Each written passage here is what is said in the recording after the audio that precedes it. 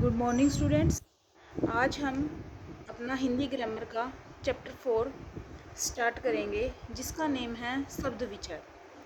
तो आपने वर्णों के बारे में पहले भी पढ़ा होगा अपनी 6th क्लास में कि वर्ण क्या होते हैं, वर्णों से क्या बनता है, वर्ण हम वर्णों का संगम क्या कहलाता है इत्यादि। तो जैसे हम देखते हैं कि इसमें एक शब्द है भारत। इन्होंने क्या बनाया है कि भ प्लस आ प्लस र प्लस अ प्लस त प्लस अ, तो वर्णों का संगम है। यानी इन सभी ये सभी क्या है, वर्णों का संगम है, समूह है। इन वर्णों का एक क्रम है। यानी ये अपने जो ये एक हमारा शब्द है, तो इसके अकॉर्डिंग इसमें क्या है कि वर्णों का एक क्रम है, ये क्रमानुसार है। तो इनसे जो वर्ण समूह बना है भारत, उसका एक अर्थ है। आप जानते हैं कि वह हमारे देश का नाम है, तो हमारे देश का नाम भारत है ना। तो वह वर्ण समूह अर्थवान हुआ। जो ये वर्णों के संगम से मिलकर जो शब्द बना है, यह वर्ण समूह क्या है, अर्थवान है। तो इस वर्ण समूह को हम क्या कहते हैं, शब्द कहते हैं। तो वर्णों के सार्थक एवं स्वतंत्र समूह को शब्द कहते हैं। वर्णों के सार्थक एवं स्वतंत्र समूह को शब्द कहते हैं। जैसे एक वर्णों का एक संगम और है। मैं आपके सामने एक एग्जांपल और देती हूँ। जैसे है तरबूज। तो तरबूज में हम उसको उसमें वर्णों का संगम करेंगे, उसको हम अलग अलग करके लिखेंगे। जैसे अ प्लस र प्लस अ प्लस भू प्लस ध प्लस उ प्लस झ प्लस अ। तो इससे इन सभी वर्णों के संगम से क्या बना है, तरबूज है। तो इसमें क्या है, एक वर्णों का क्रम है। जो वर्णों का क्रम है, जो वर्ण समूह से बना है, उसका नाम वो क्या है, हमारा तरबूज। तो तरबूज का आप अर्थ जानते हैं। तरबूज क्या है, एक खाने वाला खाद्य फल है, खाने वाला फल है। तो यह वर्ण समूह क्या है, अर्थवान है। तो इसी प्रकार वर्णों के सार्थक और स्वतंत्र समूह को शब्द कहते हैं। जैसे आगे देखिए, एक वाक्य देखिए, मेरा जन्म भारत में हुआ है। तो यहाँ भारत अपने आप में स्वतंत्र नहीं है। क्यों नहीं है, क्योंकि यह में कारक के साथ जुड़ा हुआ है। अतः जब वाक्य में ये पूरा सेंटेंस है, मेरा जन्म भारत में हुआ है, जब पूरे सेंटेंस में भारत में शब्द है, जो यह शब्द नहीं रहा, अब यह क्या बन गया है, पद बन गया है। तो वाक्य में प्रयुक्त शब्दों को पद कहते हैं। आगे हम देखेंगे कि शब्द के भेद कितने होते हैं। जैसे आपने पिछली कक्षा में भी इसका अध्ययन किया होगा कि शब्द के 4 भेद होते हैं। कौन कौन से, स्रोत के आधार पर, रचना के आधार पर, प्रयोग के आधार पर, अर्थ के आधार पर। तो हम सबसे पहले स्रोत के आधार पर शब्द के भेद पढ़ते हैं कि कौन कौन से आए हैं, कि स्रोत के आधार पर शब्द के कितने भेद होते हैं, ये शब्द कहाँ से आए हैं, इनका क्या क्या मीनिंग होता है।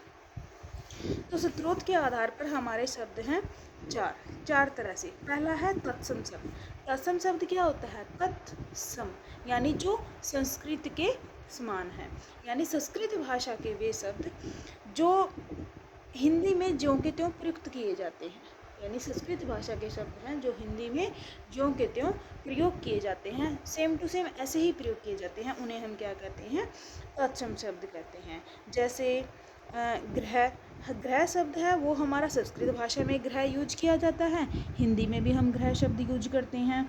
जैसे है मार्ग। मार्ग शब्द हम संस्कृत में भी यूज करते हैं और हिंदी में भी यूज करते हैं। आगे देखिए, तद्भव यानी जो संस्कृत से बने शब्द हैं।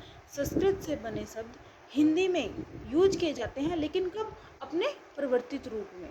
अपने परिवर्तित रूप में संस्कृत भाषा के वे शब्द जो अपने परिवर्तित रूप में हिंदी भाषा में प्रयोग किए जाते हैं, उन्हें हम क्या कहते हैं, तद्भव शब्द कहते हैं।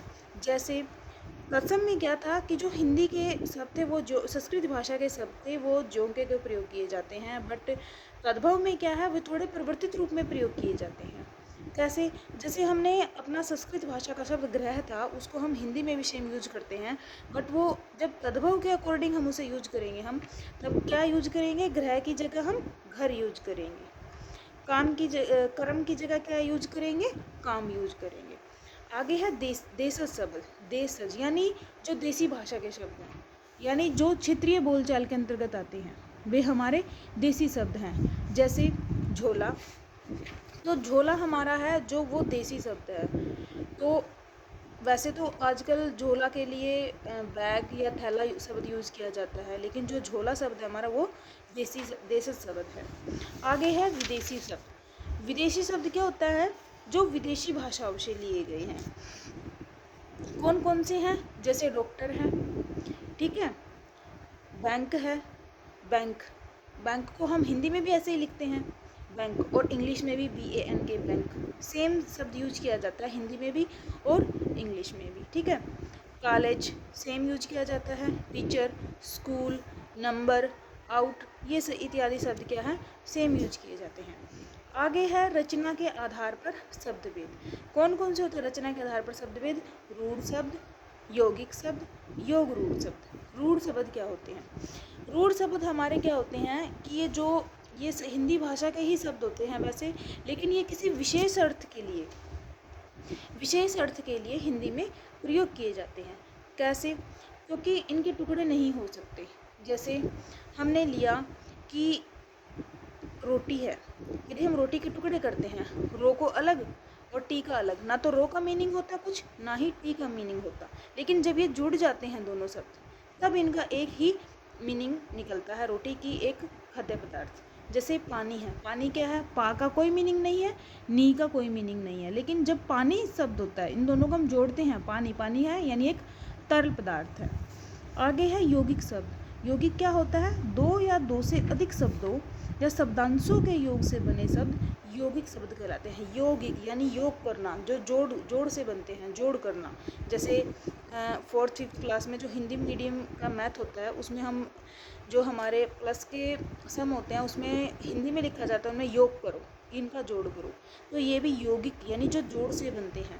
विद्या प्लस आल्य विद्यालय, घोड़ा प्लस स्वार गुड़ स्वार, रसोई प्लस घर रसोई घर, पाठ प्लस शाला पाठशाला, प्रयोग प्लस कक्ष प्रयोग कक्ष, ठीक है, इत्यादि। तो ये हमारे क्या हैं? यौगिक शब्द हैं, यानी जो दो शब्दांशों के योग से बनते हैं। अगला है हमारा योग रूढ़ शब्द। दो या अधिक शब्दों अथवा शब्दांशों से बने ऐसे शब्द योग रूढ़ कहलाते हैं। यानी बनते तो ये भी दो शब्दों या शब्दांशों से हैं, लेकिन इसमें डिफरेंस क्या है? यौगिक शब्द में और योग रूढ़ में ये सामान्य न होकर विशेष होते हैं। वो सामान्य होते हैं और ये क्या होते हैं? विशेष होते हैं। यानी किसी एक स्पेशल पर्टिकुलर पर्सन के लिए, किसी वस्तु के लिए इनका मतलब कि यूज किया जाता है। जैसे चक्र प्लस धर, चक्रधर, तो चक्रधर कौन धारण करता है? कृष्ण। जैसे इन्होंने पिक में भी दिखाया, ये हाथ में देखो चक्र धारण किए हुए हैं कृष्ण भगवान।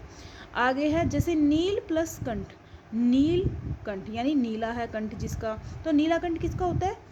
शिव का। तो यानी इसने क्या बोला कि इनका अर्थ क्या होता है? सामान्य न होकर विशेष होता है। तो विशेष अर्थ के लिए यूज किया जाता है, किसी पर्टिकुलर पर्सन का, वस्तु का, स्थान का ही नाम होता है इनमें। जैसे यहाँ चक्रधर श्री कृष्ण को नाम दिया गया है, नीलकंठ भगवान शिव का नाम दिया गया है। आगे देखते हैं हम, जैसे हिम प्लस आल्य हिमालय, यानी हिमालय क्या है? एक पर्वत है। एक प्लस दंत, एक दंत, एक दंत किसका होता है? गणेश महाराज का, ठीक है। पंख प्लस ज, पंकज, पंकज किसके लिए यूज किया जाता है? कमल के लिए। आगे है हमारा प्रयोग के आधार पर शब्दभेद। प्रयोग के आधार पर शब्द दो प्रकार के होते हैं, विकारी और अविकारी। विकारी और अविकारी में क्या डिफरेंस है? विकारी यानी जिसमें चेंज आ जाता है, अविकारी जिसमें चेंज नहीं आ सकता, जिसमें विकार नहीं होता। वाक्य में प्रयोग करते समय जिन शब्दों के रूप में परिवर्तन हो सकता है, यानी वही जिसमें चेंज आ सकता है, उन्हें हम विकारी शब्द कहते हैं। जैसे लड़का का लड़के, या लड़कियां या लड़कों, ठीक है। ये शब्द ज्यों के त्यों रहते हैं, जो शब्द ज्यों के त्यों रहते हैं वे अविकारी कहलाते हैं। अविकारी शब्द कौन सा हमारा? जैसे किंतु, परंतु, आगे पीछे, ऊपर नीचे, जल्दी जल्दी, ये सब। तो जल्दी जल्दी को हम यदि लिंग वचन कारक काल के अकॉर्डिंग चेंज करके देखते हैं तो इनका कोई मीनिंग नहीं होता, ठीक है। तो ये शब्द क्या है? ज्यों के त्यों रहते हैं, वे अविकारी कहलाते हैं। इनके चार भेद हैं। प्रयोग के आधार पर शब्द भेद को यूँ समझा जाता है। जैसे तो विकारी के चार भेद कौन कौन से हैं? ये किसके अकॉर्डिंग चेंज आता है? इनमें संज्ञा, सर्वनाम, विशेषण और क्रिया के अकॉर्डिंग। और अविकारी जो सब ज्यों के त्यों रहते हैं, इनमें संबंध बोधक, विस्मयादि बोधक, समुच्चय बोधक, क्रिया विशेषण। तो बड़ा अच्छा डायग्राम दिया है इन्होंने, इसको आप एक बार रीड करोगे, अच्छे से समझोगे तो ये आपके बिल्कुल अच्छे से समझ आ जाएगा। देखो कितना अच्छा डायग्राम दिया है, विकारी के अलग से पार्ट किए हुए हैं इन्होंने और अविकारी के भी अलग से पार्ट किए हुए हैं, और जो इनका मेन है जिसके आधार पर ये शब्द भेद किए गए हैं वो हमारा एक अलग तरह से दिखाया गया है कि प्रयोग के आधार पर शब्द भेद। आगे है अर्थ के आधार पर शब्द भेद। ठीक है, अर्थ के आधार पर हमारे शब्द भेद कितने होते हैं, जैसे अनेकार्थी यानी जिसके अनेक अर्थ होते हैं। ठीक है, आगे है पर्यायवाची यानी एक शब्द के अनेक अर्थ होना, विपरीतार्थक की एक दूसरे का उल्टा होना। ठीक है, अनेकार्थी, पर्यायवाची, विपरीतार्थक, अनेक शब्दों के लिए एक शब्द, जैसे ईश्वर में विश्वास रखने वाला आस्तिक है, विपरीतार्थक में सुख दुख दिन रात, पर्यायवाची में चंद्रमा का चांद, ठीक है, चंद्र, निशाकर इत्यादि। समरूपी भिन्नार्थक, समरूपी भिन्नार्थक होता है, वैसे तो उनका रूप सम होता है, बराबर होता है, बट अर्थ भिन्न होता है। जैसे इसमें समरूपी भिन्नार्थक ध्वन्यात्मक समूहवाची शब्द युगम, ये आप अगली कक्षाओं में पढ़ोगे। समरूपी भिन्नार्थक ध्वन्यात्मक समूहवाची शब्द युगम, ये हमारे क्या हुए, एक अर्थ के आधार पर हमारे शब्द भेद हुए। लेकिन अभी आपकी कक्षा के लिए 7th क्लास के लिए अनेकार्थी, पर्यायवाची, विपरीतार्थक, अनेक शब्दों के लिए एक शब्द, यहाँ तक इनका मतलब कि भेद बताए गए हैं। जो अगले 4 भेद हैं ये आप अपनी नेक्स्ट कक्षा में करेंगे। ठीक है, तो स्टूडेंट्स आप इस लेसन को एक बार रीड ज़रूर करेंगे। जैसे आप इसको रीड करोगे तो आपको ये बिल्कुल अच्छे से समझ आ जाएगा। उसके बाद हम इसकी बैक करेंगे, क्वेश्चन आंसर करेंगे। Okay, thank you.